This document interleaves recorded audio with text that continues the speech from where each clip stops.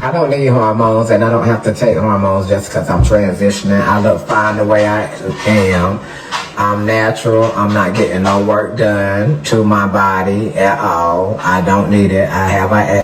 My body is already the T. That means you're going to go back straight. If me and James don't work, that's what we're doing. We already talked about it.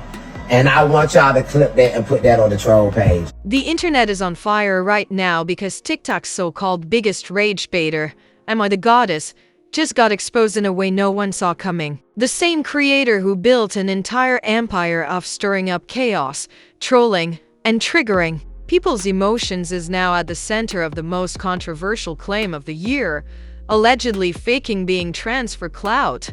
Yes, you heard that right. According to leaked receipts, insider DMs, and viral stitches currently dominating TikTok, Amoy's carefully crafted image might be nothing more than a performance, a manipulation designed to reel in sympathy, farm outrage, and boost those views into millions. Fans who once defended Amoy are now flipping overnight, calling it the biggest betrayal and demanding answers. But here's the real kicker: some of the loudest voices claiming Amoy is fake are former friends and collaborators. People who say they were silenced, gaslit, and pushed aside while Amoy cashed in on an identity that may not even be real. Screenshots are being shared, voice notes are circulating, and the hashtags exploding with rage, confusion, and disbelief. So, the question is, was Amoy the Goddess really living her truth? Or was this all an elaborate rage bait scheme that finally got exposed? Stay tuned, because once you hear the insider leaks and the social media fallout, you'll never look at this goddess the same way again. To really understand the chaos surrounding Amoy the Goddess right now, we need to rewind way back to how this so-called goddess even became TikTok royalty in the first place. Because Amoy didn't blow up by being sweet, kind, or relatable. No, she built her empire by weaponizing rage bait. From the beginning, Amoy knew one simple truth about TikTok: controversy sells. If you can make people mad enough to comment, argue, or stitch your video, the algorithm will do the rest. And Amoy? She perfected that game like no one else. Whether it was mocking trending activists, throwing shade at communities she wasn't even part of, or deliberately posting takes so outrageous they felt like satire, she always knew how to press the internet's pressure points. And the results? Explosive. Her follower count soared past the millions, her videos racked up tens of millions of views, and her name started popping up everywhere. People didn't just watch Amoy, they couldn't look away. She was TikTok's queen of chaos, proudly carrying the title of the internet's most hated and most watched creator. But behind that success came whispers. Some fans said, "She's just trolling. Don't take it seriously." Others swore that Amoy's content felt too targeted, almost as if she picked battles she had no real stake in just to cash in on views. The cracks really began showing when Amoy started leaning into identity politics. Suddenly, identify as now. Y'all can misgender me, but it's fine to not misgender the other trans out here that's saying they win. her rage bait content wasn't just about opinions, it was about claiming spaces, claiming struggles, and claiming narratives. And that's where things got messy.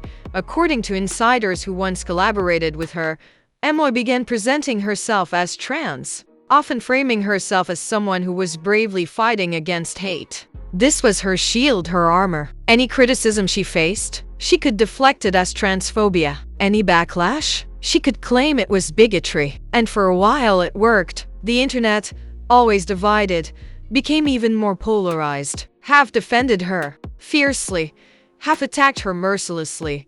But behind closed doors, the story was different. Former friends now claim that Amoy privately admitted she wasn't trans at all, that it was all part of the character, part of the performance. Rage bait in its purest, darkest form. One former collaborator, whose leaked DMs have already gone viral, said, "She told me straight up it's all strategy. If they think I'm trans, they can't cancel me. They'll just fight each other in the comments, and I'll get paid." Whether those words are real or fake, the internet doesn't care because the seed of doubt has already been planted. And with Amoy's history of manipulating outrage for clout, people are starting to believe it. Think about it.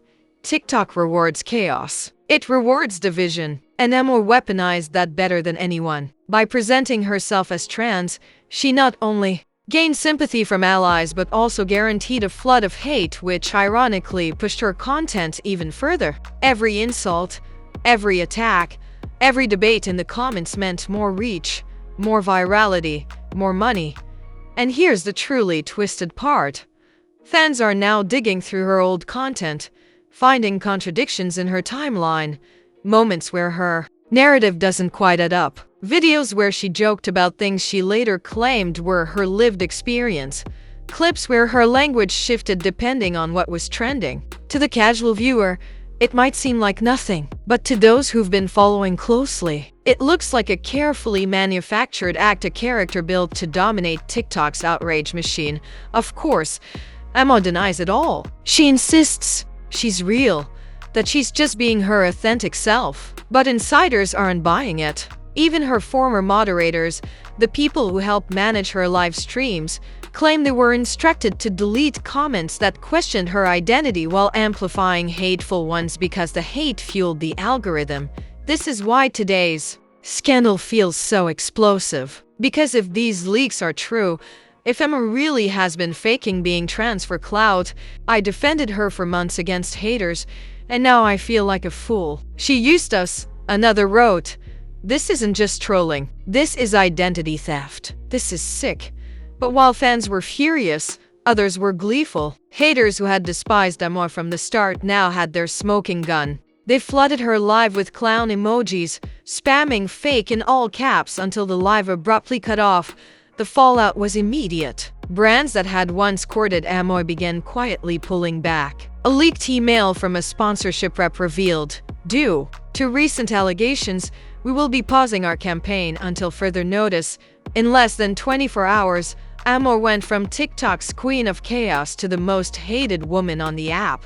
But just when everyone thought it couldn't get worse, an even bigger twist emerged because another creator, one of Amoy's longtime rivals, dropped a second video, and this one had even more damning evidence. This rival revealed an old Facebook account allegedly linked to Amoy, and in that account's timeline, years of posts that contradicted her narrative, old photos, old comments, and old jokes where Amoy openly mocked trans people long before she suddenly began presenting as one online. The receipts were damning. One viral post read, "If I was trans, I'd be unstoppable. Imagine the clout." That line alone sent shockwaves. People began stitching it with captions like, "Guess what? She wasn't joking. She actually did it." And here's the sinister twist. Some users began speculating that Amoy had studied trans creators for years, analyzing their struggles, copying their language, and then weaponizing it for her own gain. It wasn't just about lying anymore. It was about exploitation. It was about stealing an identity and turning it into a profit machine. The internet's rage reached boiling point. On TikTok lives across the app, creators debated whether this was simply performance art gone wrong or a malicious scam of the highest order. Even people outside of TikTok, YouTubers, Twitter commentators, podcast hosts jumped in, declaring Amoy the endgame of cloud chasing.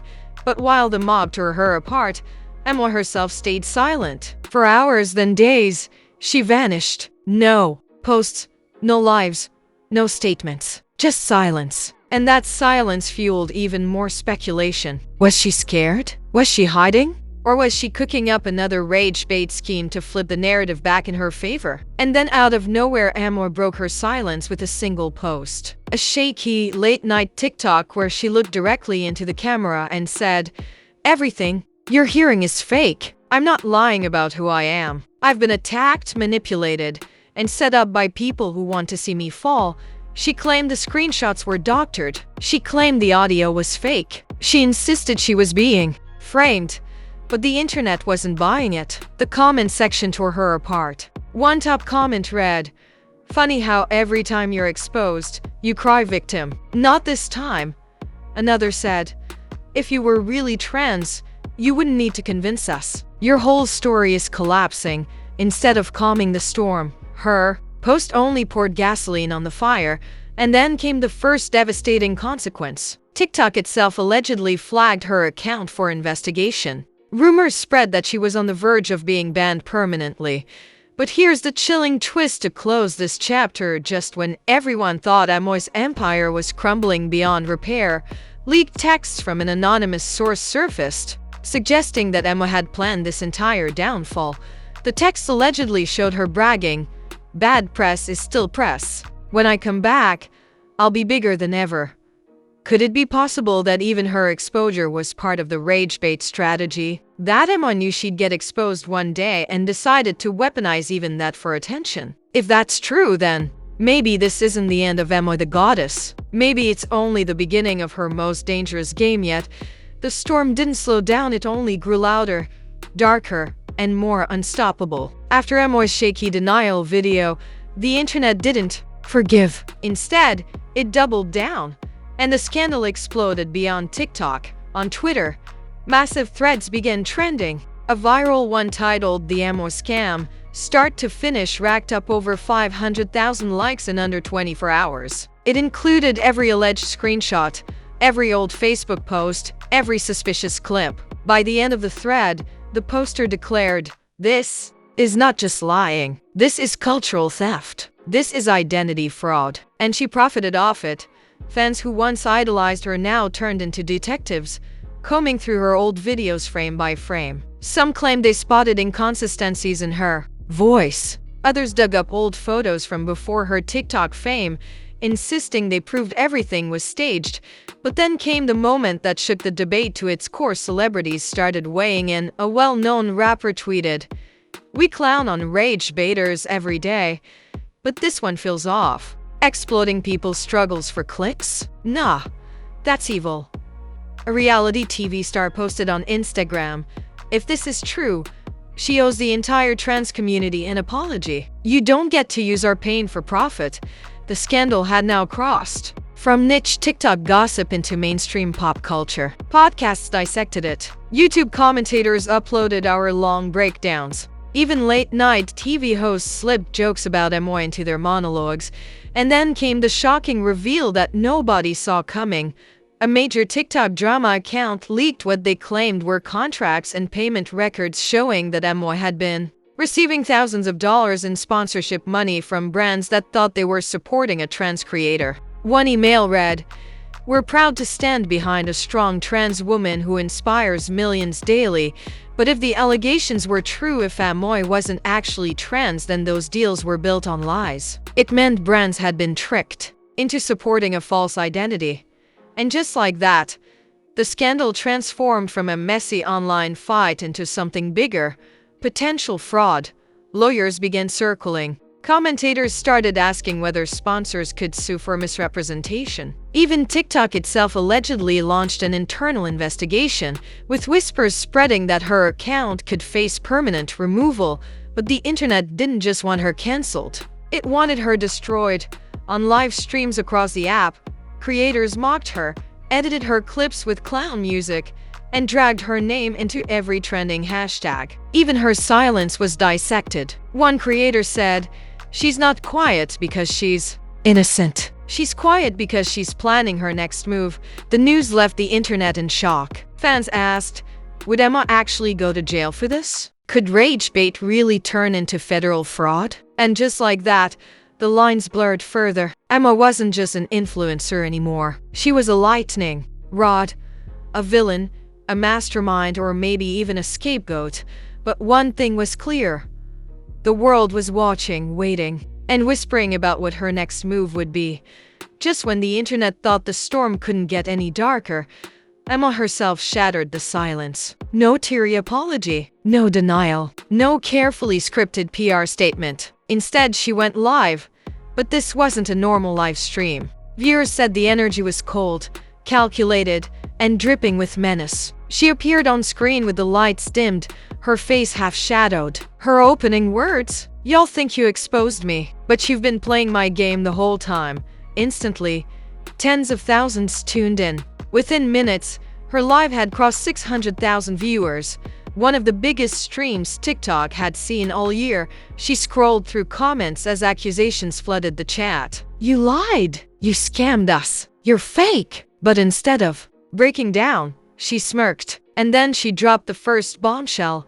Emma claimed she had receipts, screenshots, voice notes, emails not about her, but about the very influencers and brands that had tried to cancel her. She clicked through files on screen, teasing glimpses of conversations where other influencers allegedly admitted to faking mental health struggles for views, or brands scheming to exploit identity politics for profit. One alleged email read, "We don't care if they're real or not. As long as they drive engagement, we'll sign them." The comments section exploded. Was Emma bluffing? Or had she just flipped the script on the entire industry? But that was only the beginning. Halfway through the stream, she pulled up what she called her insurance folder. According to her, it contained proof that not only was she aware of the rage bait machine, she had built her own empire inside it. Alleged leaked contracts showed she was making money off both her hate and her love through secret affiliate deals with gossip pages that spread her scandals. In other words, every time people dragged her name, she got paid. The revelation was so insane that even die-hard haters paused. Could it be true? Could Emma really be the architect of her own chaos? Then came the most chilling part. As the live neared its climax, Emma looked dead into the camera and whispered, "And if they shut me down, I'll take them all with me. Don't test me." Viewers swore her tone wasn't just defiant, it was threatening, as if she was holding the industry hostage. Immediately after, the live cut out. No goodbye, no warning, just a black screen. The internet lost its mind. Clips of the live spread everywhere, racking up millions of views within hours. Hashtags like #AmoyReceipts and #InsuranceFolder dominated trending pages. Some fans insisted she was a genius, a puppet master exposing the dark underbelly of influencer culture. Others accused her of faking the files, claiming they were photoshopped. Chaos meant to distract from her own lies. But then came the ultimate twist. A screenshot leaked from an anonymous whistleblower. It allegedly showed that Emma wasn't lying about her insurance. A document titled "Engagement Profit Model" had been shared, supposedly from a social media marketing firm, outlining how outrage campaigns could be monetized, and Emma's name was listed as one of their case studies. If that was real, then Emma wasn't just a player in the system. She was proof that the system itself was corrupt. The cliffhanger deepened when an insider told gossip blogs that Emma had more files that could allegedly take down a list celebrities, major corporations, and even TikTok executives. The rumor? She was saving them as leverage in case she was ever fully cancelled. And so the question became, what happens now? Would TikTok ban her, knowing she could burn the house down? Would brands sue her, risking their own dirty laundry being aired? Or would they all stay silent, terrified of what Emma might leak next? One viral tweet summed it up best. She's not just surviving cancel culture, she's weaponizing it. And the whole industry is shaking. As the dust settled, nobody had answers, just fear, fascination, and one chilling certainty. This wasn't the end of Emma the Goddess. This was just a prologue. Because if her words were true, then the biggest scandal wasn't her identity. It was the entire machine that made her famous. And if she really had the power to destroy it all, then the internet hasn't seen anything yet. And there you have it, the chaos nobody saw coming. Emma the Goddess didn't just get exposed. She turned the tables and lit a fire under the entire influencer world. But now the question isn't just about her. It's about everyone. So I'm asking you, what do you believe? Do you think Emma is a mastermind genius who played the system better than anyone before her? Or do you think she's a manipulative liar scrambling to distract us with fake receipts because she knows her empire is crashing? And let's not forget the biggest bombshell, that so-called insurance folder. If it's real,